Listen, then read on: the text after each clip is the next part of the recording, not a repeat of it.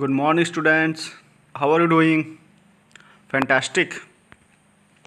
Okay so हम पिछले video में हमने पढ़ा था कि एडवर्ब क्या होते हैं, उससे कितने टाइप्स होते हैं। और आज हम पढ़ेंगे इसी चैप्टर में, चैप्टर नंबर 29 का पोजीशन ऑफ एडवर्ब्स। कि एडवर्ब्स तो बहुत सारे होते हैं, कौन कौन से, जैसे adverb of manner, adverb of time, adverb of place, adverb of number, quantity और डिग्री बोल सकते हैं उसको, इंटेरोगेटिव एडवर्ब होते हैं, फिर रिलेटिव एडवर्ब होते हैं। तो इसका सही पोजीशन क्या होता है? बहुत सारे बच्चे गलतियां करते हैं, इनफैक्ट बड़े लोग भी गलतियां करते हैं कि इसके एक्चुअली होता क्या है, जब इसका पोजीशन चेंज कर देंगे एडवर्ब का, तो मीनिंग्स भी, जो सेंटेंस का मीनिंग आएगा वो भी अलग से निकलेगा। समझ गए? अगर उसी एडवर्ब को वर्ब के पहले लगाएं या वर्ब के बाद लगाएं तो मीनिंग अलग निकलता है। ठीक है, तो आज हम जानेंगे कि कहाँ कहाँ पे इसके पोजीशन होते हैं। Mainly in sentence and adverb में be put at one of the three position. कह रहा है कि किसी भी सेंटेंस में एडवर्ब को 3 पोजीशन में हम लगा सकते हैं। कौन कौन सा हो सकता है? पहला होगा फ्रंट होगा, दूसरा मिड होगा, और लास्ट वाला क्या होगा? लास्ट होगा। ठीक है।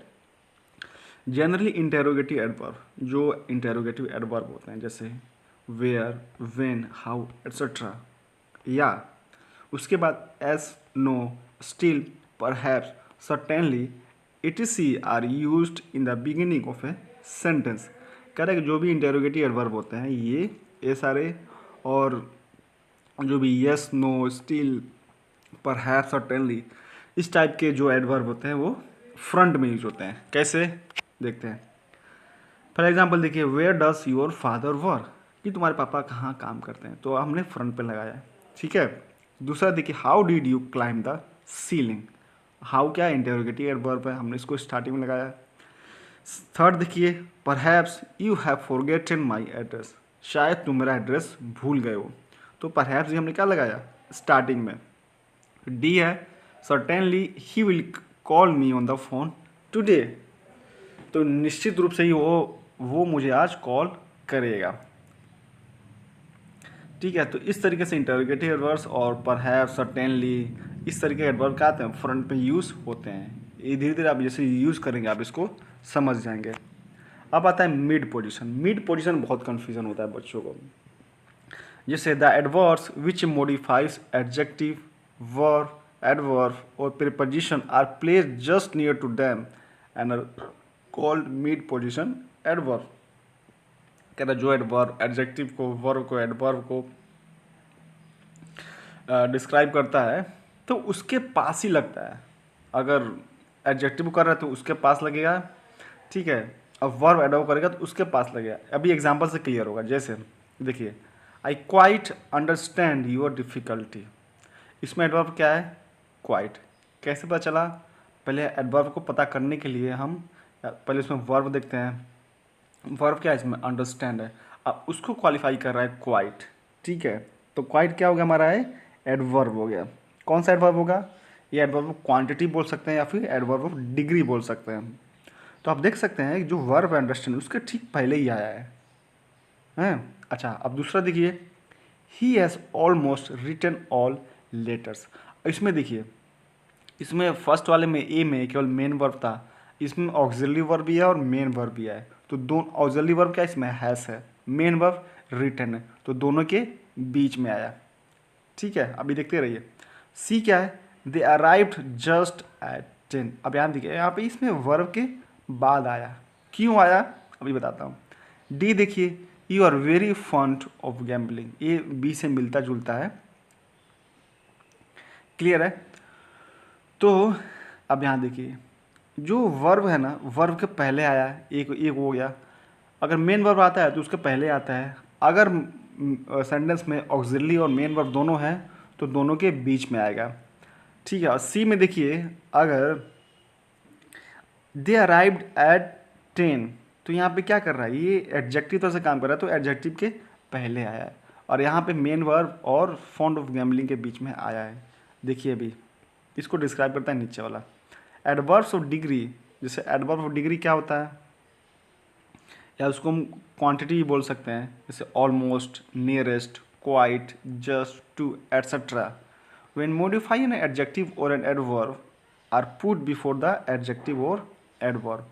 सी में एग्जाम्पल दे सकते हैं कि अगर वो एडजेक्टिव या एडवर्ब को डिफाइन कर रहा है तो उसके पहले आता है। जैसे 10 को डिफाइन कर रहा है कि पहुँचे तो हैं लेकिन 10 बजे पहुँचे, तो 10 के पहले ही जस्ट लगा दिया हमने। जस्ट क्या हमारा एडवर्ब है। क्लियर हुआ। But when this adverb for degree modify a verb, लेकिन अब ये वर्ब को मॉडिफाई कर रहा था। पहले में क्या था कि एडजेक्टिव और एडवर्ब को मॉडिफाई कर रहा है तो उसके पहले आएगा, लेकिन अगर वर्ब को मॉडिफाई कर रहा है तो they are put before the verb, तो वर्ब के ठीक पहले लगाएंगे। पहला एग्जांपल देखिए ए वाले में अंडरस्टैंड के पहले लगा दिया, ठीक है। And if there is auxiliary verb also, कर रहा है कि लेकिन उस सेंटेंस में अगर हेल्पिंग वर्ब भी है या ऑक्सिलरी वर्ब भी है तो they are put between auxiliary and main verb, तो ऑक्सिलरी और मेन वर्ब के बीच में रखेंगे। बी वाला एग्जाम्पल देखिए, समझ में आ गया। अगर केवल मेन वर्ब है तो मेन वर्ब के पहले रखेंगे, अगर मेन वर्ब ऑक्सिलरी वर्ब दोनों है तो दोनों के बीच में रखेंगे। क्लियर है। और एडजेक्टिव और एडवर्ब को डिफाइन कर रहा है तो ठीक उसके पहले लगा देंगे। जैसे ए में देखिए, you hardly realise my difficulty, इसमें वर्ब कौन सा है बताइए। इसमें मेन वर्ब दिख रहा है क्या आपको? यस सर, मेन वर्ब तो दिख रहा है, रियलाइज है। हेल्पिंग वर्ब नहीं दिख रहा है तो मेन वर्ब के पहले हमने लगा दिया। अब बी में देखिए, I am just returning your money, इसमें हेल्पिंग वर्ब है सर, आई एम है, और मेन वर्ब रिटर्निंग है। तो हेल्पिंग वर्ब या उसको ऑक्सिलरी भी बोल सकते हैं आप। ऑक्सिलरी वर्ब एम और मेन वर्ब रिटर्निंग के बीच में हमने जस्ट लगा दिया, एडवर्ब लगा दिया। क्लियर हो गया इतना चीज़। अब थर्ड देखिए, adverb of frequency, never, always, often, ever, usually, rarely, sometimes, seldom, ये सब क्या होते हैं? एडवर्ब्स ऑफ फ्रीक्वेंसी होते हैं। क्या होते हैं? एडवर्ब ऑफ फ्रीक्वेंसी होते हैं। तो are generally placed after full verb be, कह रहा फुल वर्ब बी, ठीक है। फुल वर्ब बी वर्ब बताया आपको ना, is, are, am, was, were, ये सब बी वर्ब में आता है। कह रहा है इसके बाद लगाएंगे, प्लेस आफ्टर, इसके बाद लगाएंगे। लेकिन if the full verb is other than be, कह रहा है कि अगर जो फुल वर्ब है बी के अलावा है तो they are placed before the full verb, तो उसके फुल वर्ब के पहले लगाएंगे। जैसे ही इज नेवर लेट, तो इज क्या है हमारा, कौन सा वर्ब है? बी वर्ब है, तो बी वर्ब के बाद हमने सीधे लगा दिया नेवर। फिर देखिए, आई नेवर गैम्बल, अब यहाँ पे देखिए फुल वर्ब क्या है हमारा, क्या मेन वर्ब आपको दिख रहा है क्या? मेन वर्ब तो दिख रहा है गैम्बल, लेकिन ऑक्सिलरी वर्ब नहीं दिख रहा है, तो हम ठीक इसके पहले लगा देंगे। समझ में आ गया? सिंपल सा कॉन्सेप्ट है। अगर हेल्पिंग वर्ब आए उसके बाद लगाइए, और हेल्पिंग वर्ब है और मेन वर्ब दोनों है तो दोनों के बीच में लगाइए। अगर केवल मेन वर्ब है तो मेन वर्ब के पहले आप लगाएंगे। The sun always rises in the east, यहाँ देखिए, यहाँ हेल्पिंग वर्ब दिख रहा है क्या आपको? सी में the sun always rises in the east नहीं दिख रहा है, तो मेन वर्ब क्या है? राइजेस, तो हम उसके पहले लगा देंगे। डी में देखिए, she was usually late to our office, अब यहाँ पे देखिए हेल्पिंग वर्ब है, बिल्कुल है सर, वॉज है, मेन वर्ब लेट है, ठीक है, तो दोनों के बीच में लगा दीजिए। कॉन्सेप्ट समझ आ गया? एक बार फिर से बोलता हूँ, हेल्पिंग वर्ब अकेले है तो उसके बाद में लगाइए, ठीक उसके बाद लगेगा। सेंटेंस नंबर ए में आप देख सकते हैं। और मेन वर्ब अगर अकेले है तो उसके पहले लगाएंगे, बी में देख सकते हैं। और हेल्पिंग वर्ब और मेन वर्ब दोनों हैं तो दोनों के बीच में लगाएंगे, डी में आप देख सकते हैं। क्लियर हो गया? आई होप कि आपको अच्छे से क्लियर होगा।